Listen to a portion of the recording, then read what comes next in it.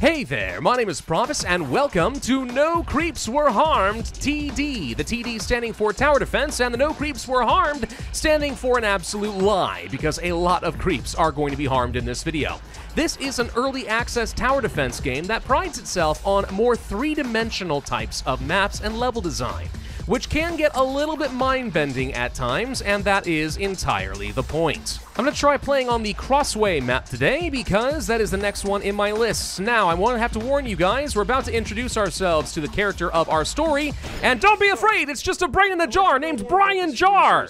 No, that's fine, it makes complete sense. Why is Brian a brain, and how did he end up in the jar? He doesn't know, and I don't know. For some reason, he's been conscripted to work for Gleepcore, which is a mining company that is for some reason mining up these so-called lifeless rocks, which is also an absolute lie because, as you can see here, there are creep overlords on every level, which are going to spawn untold monstrosities. So when you enter into a map like this, you can see the path that the creeps are going to be taking as they try to reach your drills. In this case, I have two spawners and two separate paths.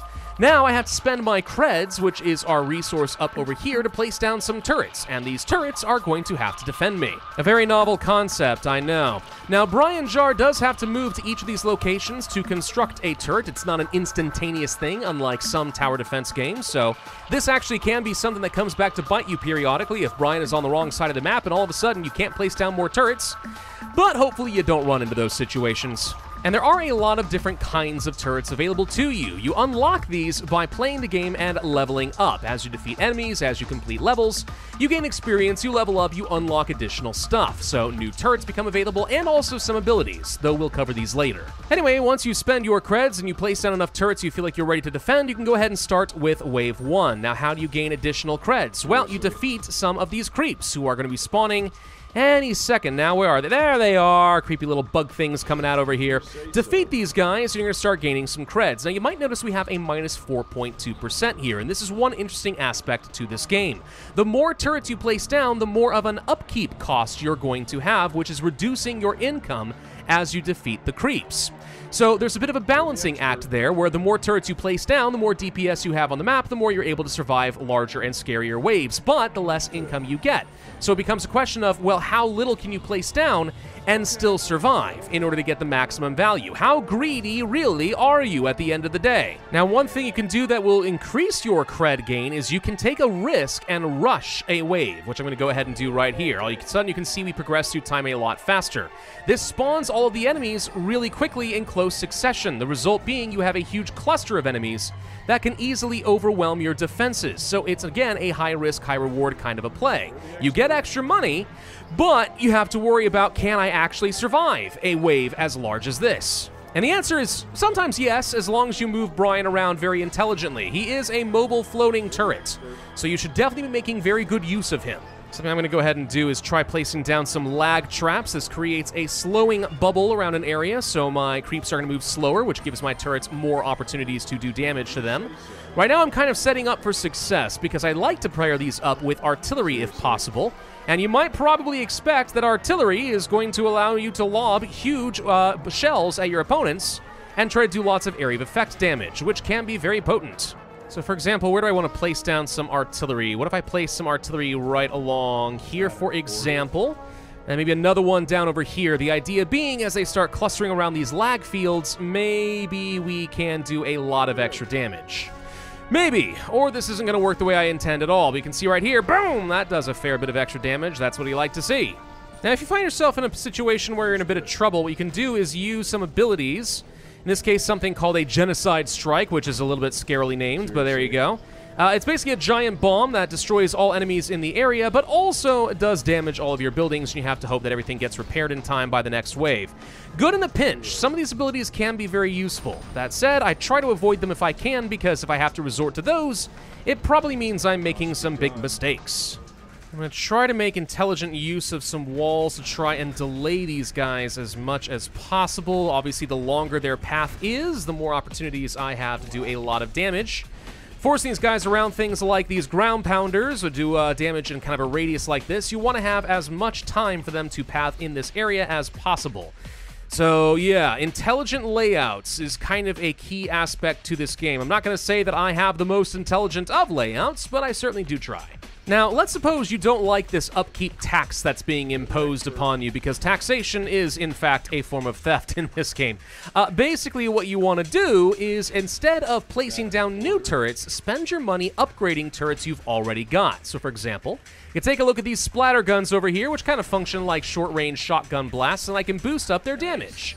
Right? Spend some money to do that. I've got more DPS on the board, but it doesn't increase my upkeep cost. Now, your goal in every single mission is to survive for 20 waves. If you can do that, and you can accomplish different goals, for example, let's say complete it within that 20 minutes and then kill every single creep and don't let a single one get through the base and stuff like that, you get stars and you can say, oh, cool, well, then I completed this mission and I don't have to go back to it. We can say that this is a successfully finished mission. But then you can stick around for endless mode and try to farm out as much XP as possible by surviving as long as possible. Now, in addition to upgrading all of your turrets, you can also upgrade Brian himself. If I click on him, I can boost up my own shields, or cloak detection, or damage, range, speed, etc., etc. All of which can obviously be very, very helpful. And that should just about wrap up Wave 20. Just going to clear out the remaining creeps here, and we can say, congratulations, we have beaten the mission. And then I'll move on to that endless mode I was talking about. Ah, there we go. Okay, we have finished Wave 20. So Brian is happy, I guess. I don't know. A bit more backstory and a bit more witty commentary, honestly. The writing in this is kind of intended to be funny more than anything else. This is something new I've never seen before. A mini-U fabricator. Really? I can make a tiny little Brian jar? Hold on. I just want to see what this does. I've never seen this one before, and I'm very curious. Gonna create a tiny little Brian, yes? Little baby Brian? Baby brain? That's exactly what it did. Look at the tiny little baby brain. Oh, it's just gonna run around here and harass enemies. Oh, that's adorable. I have no idea how good a tiny little brain in a jar is supposed to be, but I mean, like, yeah, it's cool. Yeah, sure, why not? Oh, crud, these guys are starting to break through. Okay, so enemies are starting to break through en masse over here. We've definitely got a lot of much stronger, nasty things coming through. Yeah, I mean, at some point you're going to lose, right? Endless mode isn't intended to literally be endless. Sooner or later, you're gonna fall flat on your face. Now, in the last minute, what you can do is try to upgrade your driller health a little bit, because the driller can be upgraded along with everything else, so that's one way of staying in the game just a little bit longer. That said, I'm pretty sure I do not have enough DPS on the board to survive for much longer. This driller is down, and there we go. We have died. Live harder next time. Words to live by, for sure. So, when you complete an endless mode like this, you do get some sort of reward. The longer you last, the better an artifact that you will be able to claim. And you can see here it has various different effects. For example, the exquisite photon cell not only gives us a chance to repair things around us, but also gives us extra splattergun range, snap trap fire rate, blah blah blah, versus the slashing energy spreader versus the omega plasma pipe. Yeah, all very interesting different things. And with crossway done at 3 stars, we could then move on to bypass. So how do we want to handle this particular map? I'm not too sure yet. And even what is this thing? There's something here. A booster tile. Place structures in order to boost their properties. Huh, weird. Why would I want this if it's nowhere near the enemies? Answer, maybe we can find a way to divert traffic? I don't know, that'd be kind of weird. Well, what I can do is try to block these areas off and force both paths to go in the same area, which could be to my advantage or could make things significantly more difficult. Place a lag field right along here somewhere, though. We can slow down both groups with only 1 cost. And then, unfortunately, with all this junk in the way, it's hard to get enough turrets over here to really capitalize on it. That's the problem. We'll have to start clearing these things out for this to work. And ideally, get myself a lot of artillery that can bomb the crud out of this area. Well, let's actually give this a go. I mean, I don't know, with the artillery over here, we might be able to deal with anything, plus Brian just doing a lot of the work himself. Maybe, I don't know. That's the thing is, in this game, it does actually a pretty good job of making every individual level an actual puzzle, right? It's a bit of a challenge to actually solve them. If you can find a way to do it, though, awesome. Huh, this is actually working a little bit better than I would have expected. Oh, crud, but something just broke. Hold the phone. Wait a minute. I need to do this. There we go. For some reason, these guys were starting to be able to go up this direction, and that's not what I wanted. Some junk apparently broke in the wrong area. No. Keep them on these paths. I'm doing this deliberately. The artillery is working pretty well. Just had to increase their range so they can continue bombarding this area. And actually, yeah, it's working. Yeah, actually, this is going surprisingly well here. Now, interestingly enough, for this particular level, 20 waves is not good enough. Looks like we need to live for about 25. Okay, honestly, considering how easy this one has gone, no, I think we're going to be completely fine on that front. Trying to make use of some of the more interesting and high-level turrets that I haven't seen before, like these flame turbines, for example. You set them up where they're going to be walking in a straight line and whoosh, flame them out of house and home. Not that flaming out of house and home makes any sense. What a stupid thing I just said. That's fine, whatever. Hey, let's go ahead and get ourselves a boost emitter. Place this around here, make all the nearby turrets even more effective. So basically, this thing will be a non-stop flame wall of death. I'm pretty sure that's going to make sure that anyone who wants to come through here is not going to last very long. Discovered something new, a brute, a boss creep protected by a regenerating shield. Oh, that's scary. Okay. We should get in here and try to deal with that. I don't think I've ever seen a boss like this before. All right, that is something that definitely can start damaging all of my nearby turrets, and I can see that being a pretty significant problem. That said, we should be able to burn through him pretty quickly, and it sounds like he's going to then spawn a bunch of little guys, but it looks like we're able to deal with that. This is where some of the really strong single target damage weapons, like beam emitters, become actually pretty darn good, and they are definitely worth upgrading.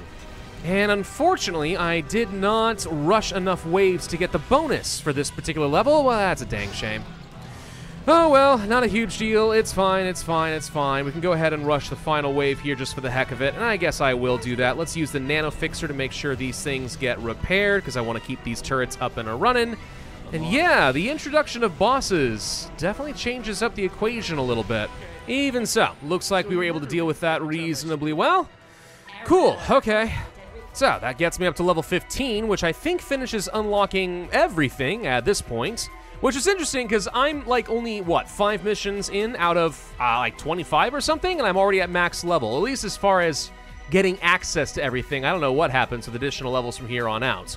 Quantum Farm. Increases recharge rates and awards creds at the end of every wave. Interesting, if I have extra space, I can just start literally farming out money. Oh, that's a game changer. Unfortunately, it looks like the bosses are here to stay for the rest of Endless Mode now, which I can see becoming very, very irritating, especially if they keep destroying all my stuff. I'll have to keep using my Nano Fixer ability to repair all of my turrets. That said, despite the increased difficulty, seems like we're able to get through this reasonably well, and I now have 2 of these quantum farms over here, so hopefully that results in a lot of extra moolah. Oh yeah, they're blowing up all sorts of stuff over here. That's so annoying. Why do the creeps have the ability to fight back? I was really enjoying just destroying all these relatively helpless, mindless creatures, always following a long, predictable path that I can manipulate to victory. But no, now they're shooting back at me, and now it's not as fun anymore. Oh, wait, okay, darn it.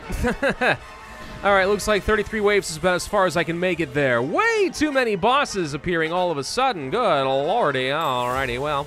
Still, we get an uncommon reward this time around. Well, that could be pretty darn valuable. Let's try moving on to the flank map, just for the heck of it. Looks like kind of a weird map here. There's some fast lanes that go directly to my base. So everything we do has to be to control their direction and make sure they don't take the flanking route. Hence the name, it makes sense. Well, I feel like no matter what, one of the first things I should probably do is place down some of these quantum farms. The earlier you place these and the more you upgrade them, the more value we get.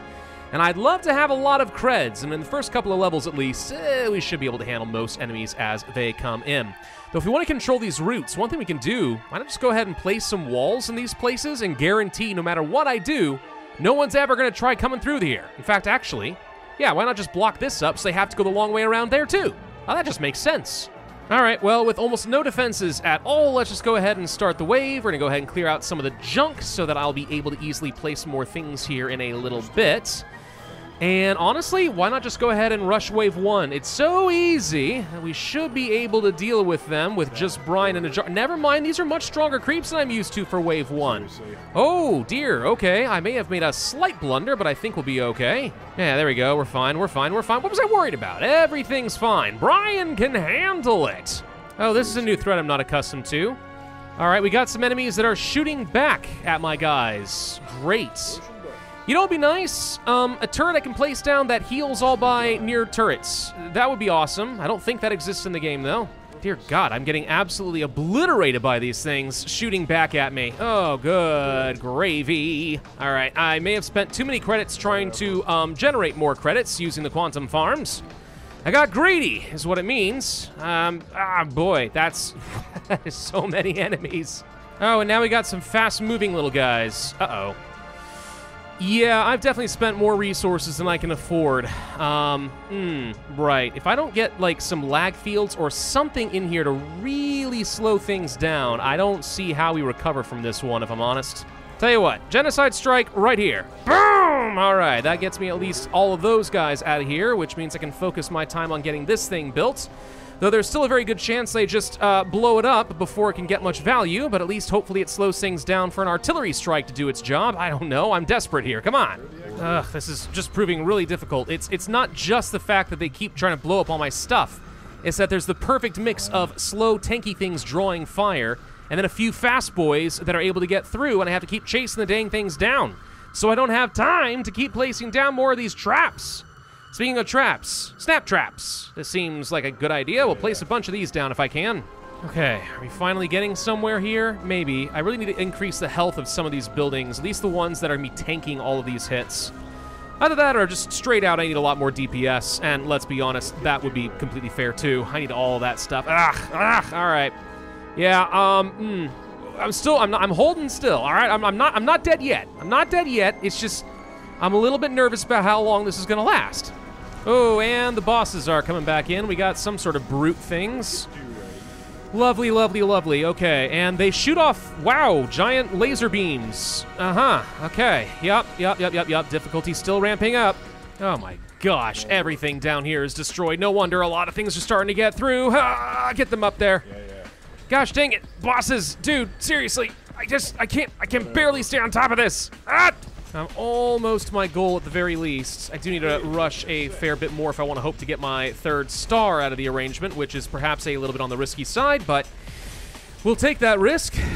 Good thing is actually, because everything repairs itself in between waves, if everything's already blown up, sometimes the better solution is just go ahead and rush the wave, even though you know the next thing's gonna be awful, because it just gets everything reactivated, so you can do a lot more damage. Up over here, we seem to be able to survive a little bit. These snap traps are better than I gave them credit for. They're pretty good at wiping out at least a couple of guys here and there if they get through. Which, let's be honest, they're getting through. Oh boy, are they getting through. Okay, we made it to our goal at least. Let's get another nano fixer up and running so we can slow everything down, get all these turrets back up and a-running. And we just gotta clear out the wave before it gets to my final base. As long as we can do that, we are good to go. That should be the last of it. Okay, awesome. Cool, now we can move on to the endless mode. Oh gosh, I am not lasting along this endless mode at all. There are so many bosses. I can barely survive any extra waves at all. This is terrible. Holy crud, these guys are obliterating me. Wow. Wow, that did not last long. Okay, we got like 3 or 4 more waves out of that one, because they just kept blowing up everything. Dude, all right, so I kind of spat upon the artifacts that had a chance of repairing things, but now I'm starting to think that that might actually be really good. Whatever, we hit level 17, which means I start with extra credits and everything else, which is great. And that is one more map out of the way, which would lead to Tilt, which is a pretty fun one. What do some of the other maps look like? Oh, wow. Yeah, quite the cascade indeed. Flux, we got Fixie, ooh, pretty cool. All right, Tentacle. That one looks pretty excellent, actually. Conveyance, complicated. Chamber, we got Junction. We've got a few others that I haven't even seen yet. Oh, wow. Yeah. There's quite a few levels to enjoy with this particular game. But of course, that does require you first put aside the complete and utter false advertising that is no creeps were harmed. TD, many creeps have indeed lost their lives this day, and it was glorious. Thank you all very much for watching. Hope you enjoyed. If so, I would ask you to hit that like button, leave a comment, subscribe, make sure you hit that notify bell, and I will see you guys next time.